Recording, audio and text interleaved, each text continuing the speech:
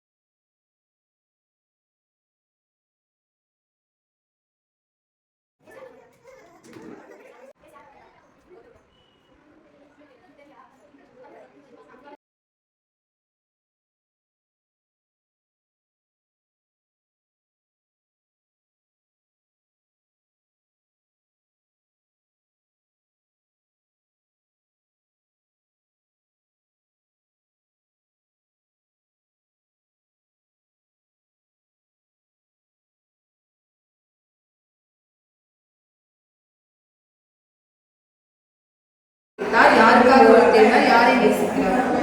உங்களை நேசிக்கிறார். சரி, பார்ப்போமா? ஓபன் பண்ணி பாருங்க. யாரு நமக்காகவா? நல்லா தெளிவா சொல்றியா? பார்க்கலாமா நமக்காக மரிச்சாரான்னு?